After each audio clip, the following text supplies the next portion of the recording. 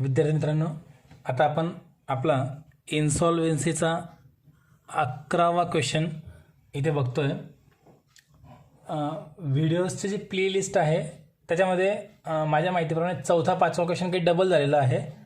तर मागचा जो तुम्हाला व्हिडिओ मी सेंड केला होता त्यात 9 नंबरचा क्वेश्चन माझ्याकडनं सांगितला गेला होता, पण तो 10 नंबरचा होता, कारण 4 आणि 5 मध्ये काहीतरी डबल क्वेश्चन तिथे सेंड झाला होता, म्हणजे डबल नंबर दिला गेला होता एकच, म्हणून नंबर थोडंसं कन्फ्युजन होत असेल. पण काहीच टेन्शन घेऊ नका, तुम्ही फक्त क्वेश्चनकडे व्यवस्थित लक्ष द्या. 11 नंबरचा हा क्वेश्चन आपला आहे.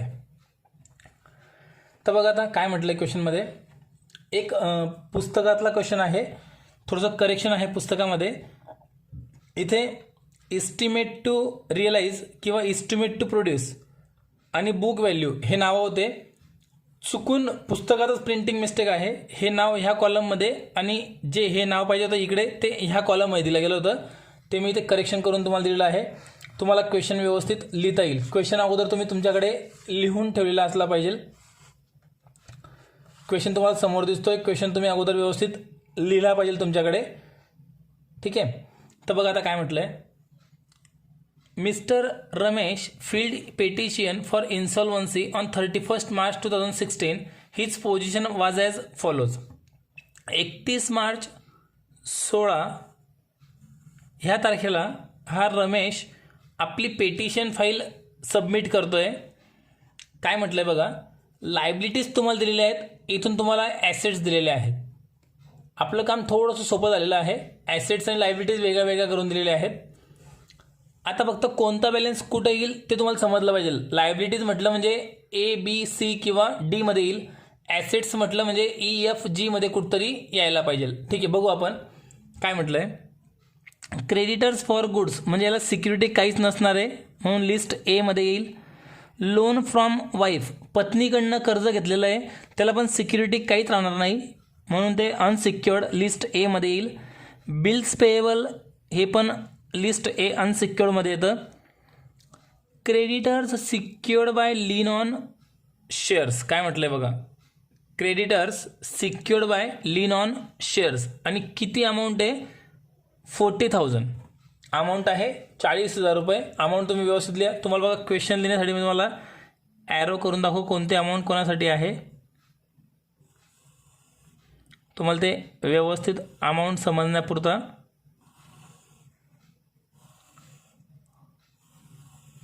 हे बघा, तुम्हाला आता व्यवस्थित दिसेल अमाऊंट सगळ्या व्यवस्थित. Creditors secured by lien on shares, शेअर्सवर कर्ज किती आहे, 40,000 आहे. आता शेअर्स विकून बघू आपण पैसे किती येत आहेत, म्हणजे हे कर्ज फुल्ली सिक्युअर्ड आहे की पार्टली सिक्युअर्ड आहे ते आपल्याला कळून जाईल. लक्षात घ्या, हे शेअर्सवर आपण कर्ज घेतलं आहे 40,000 रुपये. इथे बघा शेअर्सची जी अमाऊंट आहे तुम्हाला सगळ्यांची मी ॲरो करून दाखवतो. हे बघा सगळ्यांनी तुम्हाला मी ॲरो करून दाखवलेले आहेत.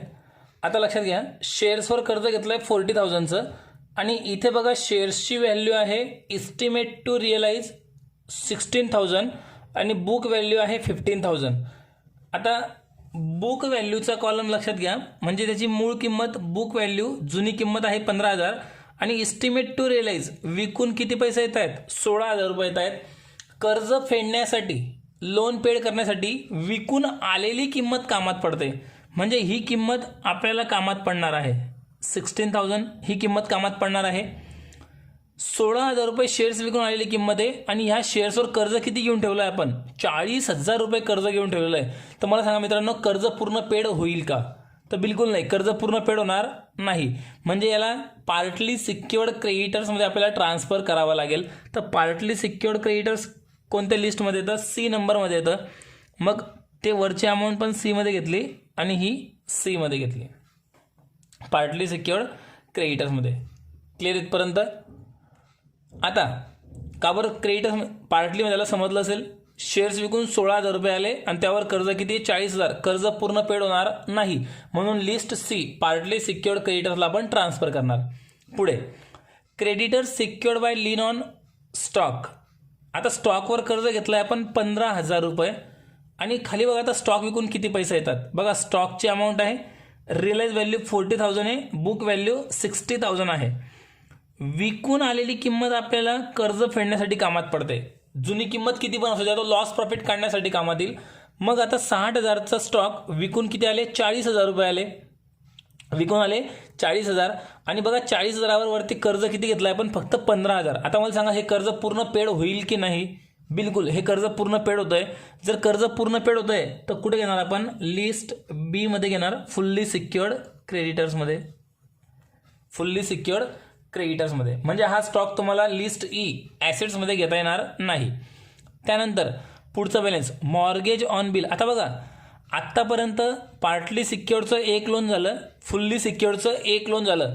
आपण आत्तापर्यंत असे क्वेश्चन बघितले की पार्टली सिक्युअर्डमध्ये एक आणि फुल्ली सिक्युअर्डमध्ये एक कर्ज येतं, किंवा दोघांपैकी एक मध्ये येईल किंवा एकामध्ये पण येणार नाही, असे क्वेश्चन आपण बघितले. पण इथे बघा काय होतंय, एक कर्ज पार्टलीमध्ये आहे, एक कर्ज फुल्लीमध्ये आहे आणि पुन्हा एक कर्ज दिलेलं आहे. ते कशामध्ये येतं बघू आपण, मॉर्गेज ऑन मिल. मिल म्हणजे त्यांची जी काही मशीन वगैरे असते त्याला मिल म्हटलेलं आहे. 10,000 त्या मिलवर कर्ज किती आहे, मशिनरीवर 10,000 कर्ज आहे, लोन आहे. आणि खाली बघा ती मिल विकून पैसे किती येत आहेत, 20,000ची होती आणि विकून किती रुपये येत आहेत, 11,000, 11,000 रुपये येत आहेत. बघा परत सांगतो, कर्ज किती मिलवर 10,000, मिल म्हणजे मशिनरी घेऊन चला तुम्ही, मशिनरी आहे आणि ती मिल विकून किती पैसे येत आहेत, 11,000 रुपये. आता मिल म्हणजे लक्षात घ्या, मशिनरी आपण त्याला म्हणतोय, चक्की वगैरे आपण ज्याला म्हणतो त्याला मिल म्हणतात, किंवा सॉमिलचं आपण त्याला एक मशिनरी वगैरे जे असतात त्याला आपण मिल म्हणणार. लक्षात ठेवा ते ॲसेट्स आहे.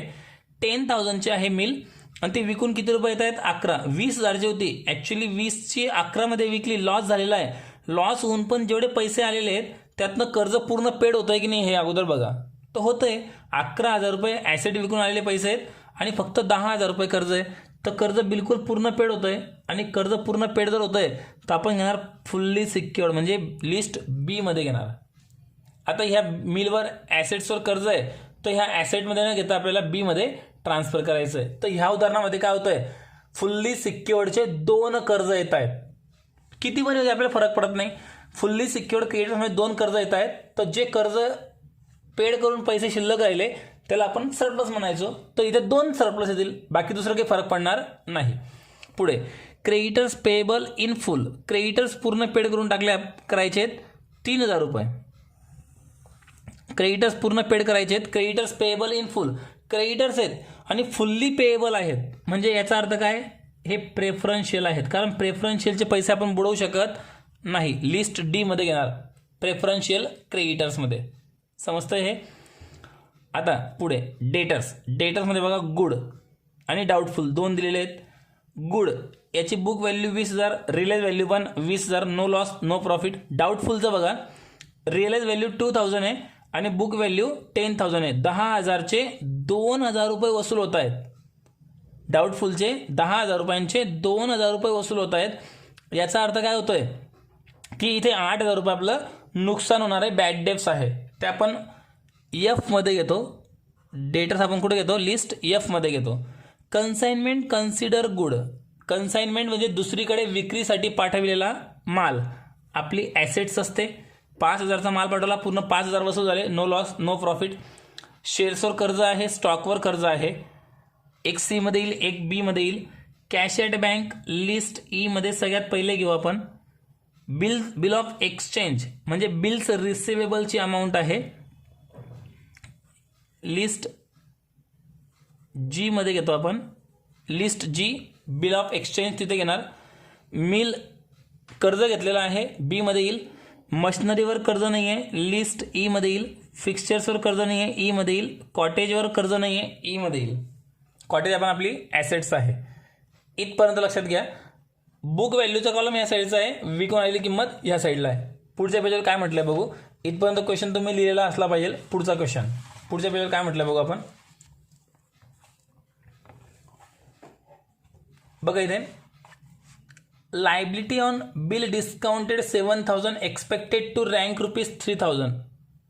मी तुम्हाला समजवलंय बघा मागच्या व्हिडिओमध्ये समजवलेलं आहे की लायबिलिटी ऑन बिल डिस्काउंट याच्यावर तुम्हाला पूर्ण माहिती मी दिली होती की लायबिलिटी ऑन बिल डिस्काउंट काय असतं. माहिती नसेल, विसरले असतील किंवा तो व्हिडिओ बघितला नसेल, तो व्हिडिओ तुम्ही बघायचा आहे, त्याची लिंक तुम्हाला मी डिस्क्रिप्शन बॉक्समध्ये देऊन टाकेल. आणि वरती बघा आय बटनवर पण तुम्हाला ते मिळून जाईल. नाही पण मिळालं वरती तर डिस्क्रिप्शन बॉक्समध्ये त्याची लिंक मी देऊन टाकेल. मागचे क्वेश्चन्स पण बघा किंवा प्लेलिस्टमध्ये तुमचे पूर्ण व्हिडिओ आहेत, मागचे पूर्ण 10 क्वेश्चन, ते पूर्ण व्हिडिओ तुम्ही व्यवस्थित बघा. तर लायबिलिटी ऑन बिल डिस्काउंटचे आपण 2 परिणाम करतो. एक पहिला परिणाम लिस्ट ए अनसिक्युअर्ड क्रेडिटर्स आणि दुसरा परिणाम अदर लॉस. पण कोणत्या अमाऊंटचे घेतो आपण? जी लॉसची अमाऊंट असेल ती. डिस्काउंटची अमाऊंट 7000 आहे. एक्सपेक्टेड टू रँकची अमाऊंट घ्यायची असते आपल्याला 2 ठिकाणी, म्हणजे 3000 अमाऊंट आपण किती ठिकाणी घेणार? 2000. एक घेणार लिस्ट ए अनसिक्युअर्ड क्रेडिटर्स आणि सेकंड घेणार अदर लॉसमध्ये. लिस्ट ए मध्ये आणि अदर लॉसमध्ये 2 ठिकाणी आपण घेणार. ओके. पुढे ऑन 1 एप्रिल 6 इयर अगो, 1 एप्रिलला 6 वर्ष आधी 1 एप्रिलला ही हॅड कॅपिटल रुपीज 60,000. ही म्हणजे कोण माझा? रमेशचं कॅपिटल किती रुपये होतं? 60,000 रुपये होतं. मग कॅपिटल कुठे घेत असतो आपण? बॅलन्स शीटच्या कॅपिटल कुठे घेत असतो आपण? बॅलन्स शीट कुठे घेतो? कॅपिटल कुठे घेतो? डेफिशियन्सी अकाउंटच्या डेबिट साईडला घेणार. Profit were made totalling rupees 35,500 in the first 4 year. पहिल्या 4 वर्षामध्ये 35,500 प्रॉफिट आहे. डेफिशियन्सी अकाउंटच्या डेबिट साईडलाच घेतो. And losses were incurred totalling rupees 25,000 in the last 2 year. आणि शेवटच्या 2 वर्षामध्ये 25,000 लॉस आहे, तो आपण डेफिशियन्सी अकाउंटच्या क्रेडिटला घेतो. After allowing rupees 205,000 per year म्हटलं बघा, per year interest on capital 2500 रुपये एका वर्षाचे. तर बिझनेस 6 वर्ष केलेला आहे, तर 2500 गुणिले 6,000 केले तर 15,000.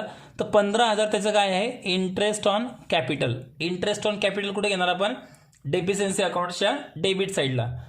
Total withdrawal amount to rupees 77,200. ड्रॉइंगची अमाऊंट 77,200 डेफिशियन्सी अकाउंटच्या क्रेडिट साईडला घेऊ.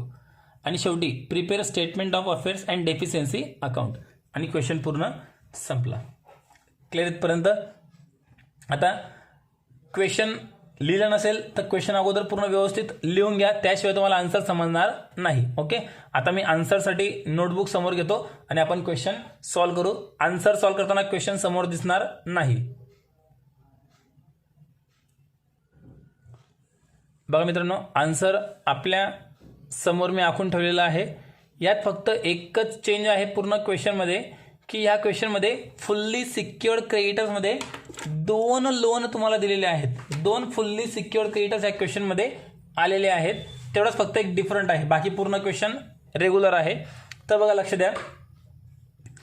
सगळ्यात पहिले काय करू आपण? फुल्ली सिक्युअर्ड आणि पार्टली सिक्युअर्ड जे लोन आहेत ते अगोदर लिहून टाकू, म्हणजे तुम्हाला क्वेश्चन थोडासा इझी होऊन जाईल. तर फुल्ली सिक्युअर्डचे 2 लोन कोणते कोणते तुमच्या समोर क्वेश्चन असेलच. तो बघा, एक पहिला बघा, स्टॉकवर कर्ज आहे फुल्ली सिक्युअर्ड क्रेडिटर्सचं 15,000 रुपये आणि स्टॉक विकून बघा खाली पैसे येत आहेत 40,000 रुपये. मग फुल्ली सिक्युअर्ड क्रेडिटर्समध्ये येऊ. लोनच्या ठिकाणी अमाऊंट घेऊ आपण 15,000 रुपये आणि सिक्युरिटीच्या ठिकाणी अमाऊंट घेऊ आपण 40,000 रुपये. आता बघा 15,000 कर्ज आणि सिक्युरिटी किती आहे? 40,000. याचा अर्थ काय होतोय? 25,000 रुपये सरप्लस. 25,000 रुपये सरप्लस आहे. पहिला सरप्लस निघाला. हा सरप्लस आपण इथं घेत असतो, त्याला आपण घेऊ नंतर. अजून एक लोन आहे फुल्ली सिक्युअर्डचं. पुढचं कर्ज बघा, मॉर्गेज ऑन मिल म्हटलं तर 10,000 आणि खाली बघा मॉर्गेज ऑन मिल विकून किती रुपये येत आहेत? 11,000 रुपये येत आहेत. मग लोनची अमाऊंट घेऊ आपण अगोदर 10,000 आणि लेस सिक्युरिटी किती आहे? 11,000. तर बॅलन्स किती उरेल? 1,000. याला म्हणू आपण सरप्लस. याला नाव दिलं आपण सरप्लस. मग आता किती सरप्लस झाले? 2. एक 25,000चं पहिलं सरप्लस आणि दुसरं सरप्लस 1,000चं. मग दोघी पण सरप्लस काय करायचे? आपल्या रेग्युलर ठिकाणी घ्यायचे. हे बघा इथे घेतो आपण सरप्लस ॲज पर कॉन्ट्रा आणि ते दोघी एकत्र करून लिहू आपण. 25,000 पहिल्या लोनचे आणि दुसऱ्या लोनचे 1,000, 26,000 रुपये. आणि फुल्ली सिक्युअर्ड लोन संपलं. पार्टली सिक्युअर्डचं एक कर्ज आहे वरती बघा तिथे 4थ्या नंबरवर आहे स्टार्टिंगला. Creditor secured by lien on shares. शेअर्सवर कर्ज घेतला आपण 40,000 आणि खाली बघा शेअर्स विकून फक्त 16,000 रुपये येत आहेत. मग लोनच्या ठिकाणी अमाऊंट घेणार आपण 40,000 लेस सिक्युरिटी 16,000. शेअर्स विकून फक्त किती येत आहेत 16,000 रुपये. तरी पण कर्ज पूर्ण फेड होत नाही आहे. ॲक्च्युली शेअर्स फक्त 15,000ची बुक व्हॅल्यू आहे. विकून 16 आले. विकून आलेली किंमत कामात पडते लोन पेड करण्यासाठी. तर 40,000 कर्ज होतं, 16,000 रुपये सिक्युरिटीचे पेड केले, तरी पण अजून 24,000 रुपये सिक्युरिटी विदाऊट सिक्युरिटी लोन आहे, म्हणून ते अमाऊंट आपण बाहेर घेऊन टाकली. आणि दोघं पण महत्त्वाचे लोन आपण संपवले. अमाऊंट इथले आपण बाहेर घेऊन टाकू. लोनची 15,000, इथले 10,000, इथले 40,000. हे अमाऊंट आपण बाहेर घेऊन टाकली. आता याच्यानंतर मेन अमाऊंट आपण संपवून टाकलेले आहेत. आता फक्त बॅलन्सेस आपल्याला ट्रान्सफर करायचे. सुरुवातीपासून क्वेश्चन एक वेळा वाचावा लागेल. ज्याची जी जागा मी फिक्स करून दिलेली आहे त्या ठिकाणी बॅलन्सेस फक्त ट्रान्सफर करा. इतकं सिंपल आहे. Creditors for goods list A मध्ये येतं. इथं लिहायचं पुन्हा एक वेळा.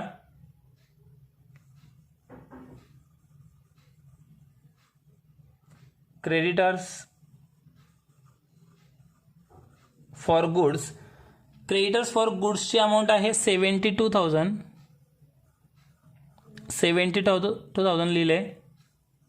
यानंतर पुढचा बॅलन्स आहे लोन फ्रॉम वाईफ. पत्नीकडनं कर्ज घेतलेलं आहे 4,000चं. ते पण इथेच loan from wife.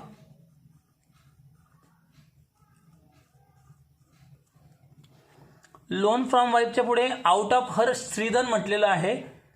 Out of her Shridhan म्हटलेलं आहे म्हणजे काय? हर म्हणजे तिचं, पत्नीच्याच संपत्तीमधलं हे लोन आहे. म्हणजे काय?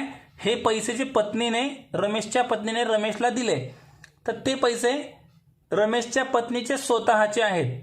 म्हणजे रमेशनेच पत्नीला दिले होते आणि तेच परत दिले असं नाही आहे. तर आउट ऑफ हर श्रीधन म्हटलेलं आहे, तिचे स्वतःचे ते पैसे होते असं म्हटलेलं आहे.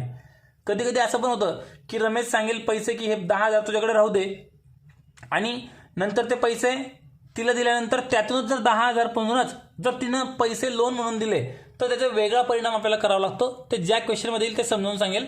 हे फक्त लक्षात ठेवा की हे जे 4,000 रुपये रमेशच्या पत्नीने रमेशला दिले तर हे पैसे पत्नीचे स्वतःचे होते, एवढं लक्षात ठेवा. बिल्स पेबल 4,000 आहे. पुन्हा बिल्स पेबल 4,000. लक्षात घ्या, ह्या कॉलममध्ये अमाऊंट सुटली नको पाहिजे. इकडे एक वेळा अमाऊंट राहून गेली चालेल, इथे अमाऊंट सुटायला नको. पुढे creditor secured by lien on share झालं, creditor secured by lien on stock झालं, मॉर्गेज ऑन मिल झालं. क्रेडिटर्स पेबल इन फुल घ्यायचं आहे आपल्याला. क्रेडिटर्स पेबल इन फुलची अमाऊंट किती आहे? 3,000. म्हणजे प्रेफरन्शियल क्रेडिटर्स आहे. प्रेफरन्शियल क्रेडिटर्समध्ये घेऊ आपण 3,000 रुपये मधल्या कॉलममध्ये लिहून टाकले. आणि सर्व लायबिलिटी आपण संपवल्या. सर्व लायबिलिटीज आपल्या लिहून कंप्लीट झाल्या. ॲसेट्समध्ये बघू काय काय बाकी राहिलं आहे. ॲसेट्समध्ये आपण चेक करू. आता सगळ्यात पहिले ॲसेट्समध्ये आहे डेटर्स. डेटर्समध्ये गुड 20,000 दोघी कॉलममध्ये अमाऊंट आहे. डेटर्स आपण लिस्ट एफ मध्ये घेतो. गुड 20,000. इथे काही लॉस प्रॉफिट नाही. नंतर डाऊटफुल. इथे बघा, लक्ष द्या व्यवस्थित. तुम्हाला 2 कॉलम दिलेले आहेत. पहिला कॉलम इस्टिमेट टू रिअलाइजचा आहे, नंतर बुक व्हॅल्यूचा आहे. मग बुक व्हॅल्यूच्या कॉलममध्ये अमाऊंट बघा किती आहे. बुक व्हॅल्यूची अमाऊंट आहे 10,000. क्वेश्चनमध्ये व्यवस्थित बघा 10,000. आणि रिअलाइजमध्ये अमाऊंट किती आहे? 2,000. रिअलाइजमध्ये अमाऊंट आहे 2,000 रुपये. आता इथे लॉस झाला किती? 10 पैकी 2 मिळाले, म्हणजे 8,000 रुपये डेटर्सचे पैसे बुडाले. त्याला म्हणतो आपण बॅड डेप्स. ते 8,000 आपण इथे घेणार. कंप्लीट आहे. पुढे कन्साइनमेंट कन्सिडर्ड गुड्स 5,000. दुसरीकडे विक्रीसाठी पाठविलेला माल लिस्ट ई मध्ये घ्यायचा आहे आपल्याला. पण बघा, लिस्ट ई मध्ये अजून काहीच लिहिलेलं नाही आहे. इथे पहिला बॅलन्स कॅश किंवा बँकेचा असेल तर तो लिहून घ्यायचा आहे आपल्याला दिलेला. कॅश ॲट बँक तो येईल तेव्हा आपण लिहू, फक्त नाव टाकून ठेवलं. आणि मग याच्या खाली लिहून ठेवू आपण आता consignment considered goods. Consignment consider good. Book value 5,000. Realise value पण 5000. नो लॉस नो प्रॉफिट, दुसरा परिणाम कुठेच नाही. पुढे शेअर्स आपण तर लिस्ट सी मध्ये घेऊन टाकली अमाऊंट, शेअर्सची अमाऊंट, पण त्यावरचा लॉस प्रॉफिट बघा किती आहे. शेअर्सचे 15,000चे विकून आले 16,000. 16,000 तर आपण इथे यूज केले, 16,000 आपण लिस्ट सी मध्ये यूज केले, पण त्यावरचा जो प्रॉफिट झाला तो 1,000 लिहायचा बाकी असतो, तो इथं येईल डेफिशियन्सी अकाउंटला. इथे फक्त नाव द्यायचं शेअर्स. 15,000चे 16 मध्ये विकले गेले, प्रॉफिट झाला 1,000, तो घेतला इथे. यानंतर स्टॉक 60,000चा 40 मध्ये विकला गेला. स्टॉक 60,000चा 40 मध्ये विकला गेला. तर मला सांगा, आपण तो 40,000चा स्टॉक इथे वापरला फुल्ली सिक्युअर्ड क्रेडिटर्समध्ये, मग स्टॉक तर तुम्हाला परत ॲसेट्समध्ये घेता येणार नाही, पण त्यावरचा लॉस झाला आहे बघा. 60,000चे 40 मध्ये विकले गेले म्हणजे लॉस झाला आहे आपल्याला 20,000 रुपये. तर अदर लॉसमध्ये घेऊ आपण 20,000 रुपये. पुढे कॅश ॲट बँक आता आली बघा अमाऊंट 500 रुपये. नाव टाकून ठेवलं आहे आपण, फक्त अमाऊंट येणार 500 रुपये. पुढे bill of exchange. Bill of exchange बघा आपण इथे घेतो, लिस्ट जी मध्ये नाव टाकलं असतं बघा. बिल ऑफ एक्सचेंज म्हणजेच बिल्स रिसिवेबल. अमाऊंट आहे 1,000. इथे पण no loss no profit, no loss no profit आहे. मिलची अमाऊंट लिहिली गेली, परत लिहिण्याची गरज नाही, पण त्यावरच बघा लॉस झालेला आहे. मिलवर कर्ज घेतलेलं आहे, लिस्ट ई मध्ये येणार नाही कारण त्यावर कर्ज घेतलेलं आहे, पण त्यावरचा लॉस प्रॉफिट मात्र घ्यावा लागेल. 20,000चं 11 मध्ये विकलं गेलं तर लॉस झाला आहे 9,000. तो लॉस तर मात्र आपल्याला लिहावा लागेल अदर लॉसमध्ये, तो आपण लिहून टाकला 9,000. नंतर मशिनरी, यावर काहीच कर्ज नव्हतं म्हणून लिस्ट ई मध्ये लिहावं लागेल. मशिनरी अमाऊंट आहे बुक व्हॅल्यू 15,000 रुपये, बुक व्हॅल्यू 15,000 आणि विकून आलेली अमाऊंट आहे 12,000. आता मला सांगा इथे लॉस झाला का प्रॉफिट झाला? पुन्हा इथे लॉस झाला, मग अदर लॉसमध्ये घेऊ मशिनरी 3,000 रुपये. मशिनरी 3,000 रुपये. यानंतर पुढे फिक्स्चर्स 3,000चे 1,500 आले. फिक्स्चर्स बुक व्हॅल्यू 3,000 आणि विकून आले 1,500. इथे पुन्हा लॉस झाला 1,500 रुपयांचा. तो लॉस घेतला इथे. त्यानंतर कॉटेजेस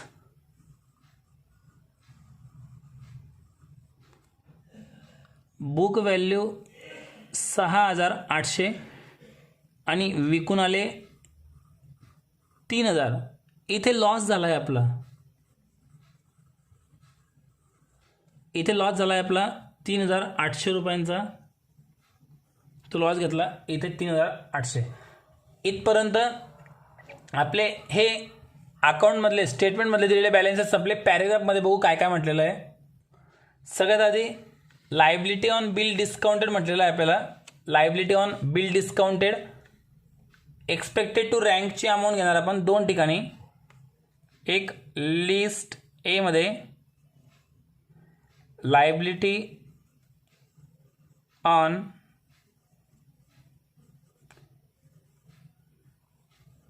बिल डिस्काउंटेड 3,000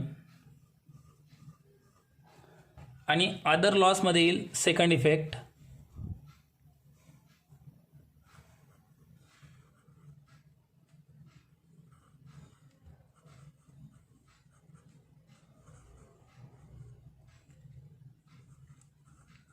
$3,000. आता हे 2 ठिकाणी का बरं येतात हे तुम्हाला मी पूर्ण व्यवस्थित समजावून दिलेलं आहे. जर तुम्हाला अजून पण तो व्हिडिओ बघितलेला नसेल तर तो व्हिडिओ जाऊन तुम्ही एक वेळा बघा. डिस्क्रिप्शनमध्ये त्या व्हिडिओची लिंक तुम्हाला मिळेल. ओके. पुढे 1 एप्रिल 6 वर्ष आधी 1 एप्रिलला ह्या रमेशने बिझनेस सुरू केला होता आणि तेव्हा त्याचं कॅपिटल होतं 60,000 रुपये. ते आपण कॅपिटलमध्ये घेतले 60,000 रुपये. यानंतर profit were made to totalling 35,500 in the first 4 year. पहिल्या 4 वर्षी 35,500 प्रॉफिट आहे. मग प्रॉफिट इन बिझनेसमध्ये घेऊ आपण 35,500 रुपये. याच्यानंतर पुढे and losses were incurred totalling ₹25,000 in last 2 years. मागच्या 2 वर्षामध्ये प्रॉफिट आहे 25,000, तो घेतला 25,000. याच्यानंतर after allowing ₹2500 per year interest on capital. Interest on capital किती रे? ₹2,500 पर इयर. तर किती वर्ष बिझनेस केलेला आहे? 6 वर्ष. 2,500 गुणिले 6,000 केले तर ₹15,000. त्यानंतर टोटल विड्रॉल अमाऊंटेड ₹77,200. ड्रॉइंगमध्ये अमाऊंट येईल ₹77,200. आणि फायनली पूर्ण बॅलेन्सेस आपण ट्रान्सफर करून टाकले. तुम्ही आता याच्यानंतर आपल्याला आन्सर टॅली करायचं आहे. टॅली करण्याची पद्धत लक्षात घ्या. टॅली कसं करायचं आहे? सगळ्यात आधी इथपर्यंत टोटल करायची. हे जे लिस्ट जी असतं म्हणजे सरप्लस ॲज पर कॉन्ट्रा लिहिलं आहे का बघून घ्यायचं आणि इथपर्यंत बेरीज करायची पूर्ण. फक्त रिअलाइज कॉलमची बेरीज करणार. लक्षात घ्या कोणता कॉलम? फक्त रिअलाइज कॉलम. कॅल्सी अलाउड आहे 500, नंतर 5,000, नंतर 12,000, त्यानंतर 1,500, 3,000, त्यानंतर 20,000, 2,000, नंतर 1,000, 26,000, 71,000 इथपर्यंत अमाऊंट येते बघा. 71,000. आता 71,000 मधून सगळ्यात पहिले काय करायचं? हे प्रेफरन्शियल क्रेडिटर्स जे आहे ते लेस करून टाकायचे. इथून नाव द्यायचं लेस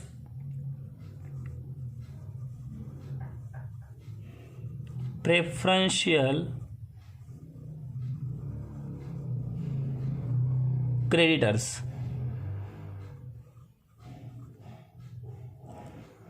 प्रेफरन्शियल क्रेडिटर्स लेस केले 71,000 मधून तर बॅलन्स उरले 68,000. 68,000 बॅलन्स उरला. 3,000 लेस केले ते ₹3,000 इथे पण लेस करायचे कारण हे लोन आपण पेड केलेलं आहे. इथे आपण लेस करून टाकले. आता काय करायचं बघा मित्रांनो, सगळ्यात महत्त्वाचं हे झाल्यानंतर आता टोटल करायची लायबिलिटी साईडची. आता बेरीज करणार आपण लायबिलिटी बाजूची.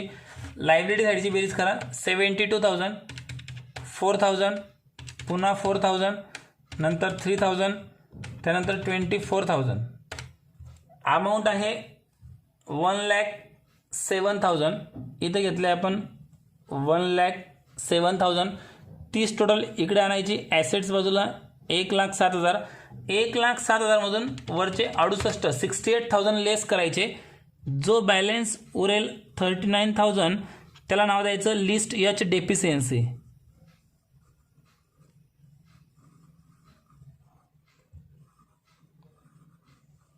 लिस्ट एच डेफिशियन्सी नाव द्यायचं. आता हे डेफिशियन्सी नाव दिल्यानंतर हा जो बॅलन्स आहे डेफिशियन्सीचा 39,000 हा आपल्याला अदर प्रॉफिटमध्ये घ्यायचा. इथे नाव द्यायचं डेफिशियन्सी. त्यानंतर ती अमाऊंट 39,000 आणि हे झाल्यानंतर आता शेवटी डेफिशियन्सी अकाउंट पूर्ण टॅली व्हायला पाहिजे. तर आपला आन्सर बरोबर. आपण टोटल चेक करून बघू.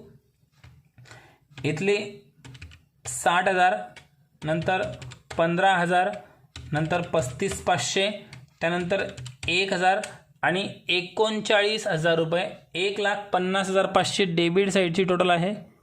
1,50,500. क्रेडिट साईडला बघू 25,000, 8,000, 77,200, 20,000, त्यानंतर 9,000, 3,000, 1,500, 3,800, 3,000, 1,50,500. म्हणजे इकडची पण टोटल तुमची मॅच होते. म्हणजे आपला आन्सर बरोबर 1,50,500. पूर्ण क्वेश्चन आपला कंप्लीट आहे. तुम्हाला मी अगोदर फक्त स्टेटमेंट ऑफ अफेअर्स दाखवतो जेणेकरून तुम्हाला ते व्यवस्थित लिहिता येईल. नोटबुक क्रॉस करून दाखवतो किंवा मग थोडंसं झूम करून दाखवतो.